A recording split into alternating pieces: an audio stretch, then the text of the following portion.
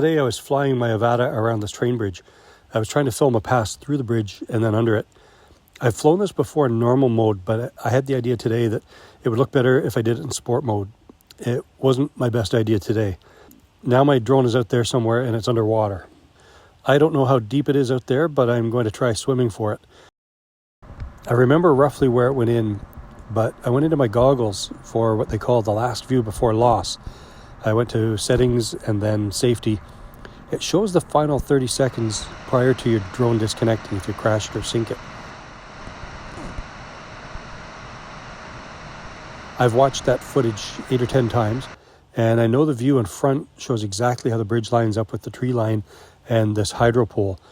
I'm looking at the side too, and I see the pole lining up with the white sign on shore. I just went and got my snorkel gear. If I can find a spot where the two sight lines intersect, then I'll be roughly at the point where the drone hit the water. There's a slight current, so the drone must have drifted downriver, and it's going to be hard to predict how much drifting it did as it sank. We're going on about 3 hours since I lost it, but the light is going to get dim pretty soon. Now I've been swimming for about 90 minutes, and the depth here is 8 to 10 feet. Visibility isn't bad.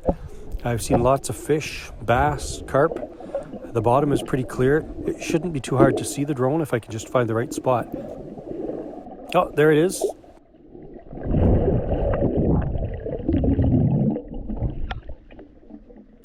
The drone was off when I found it, but it turned back on when I went to the surface, and the propellers gave a little shudder and the drone beeped. But I pulled the battery out as soon as I got to shore, and I shook out the drone, and then I had another idea. I drove home with the drone out the window a little bit to let the wind dry it out. As soon as I got home, I put in a claim, and it got approved within minutes. It cost me $29 for a new drone and a battery. Hard to beat that.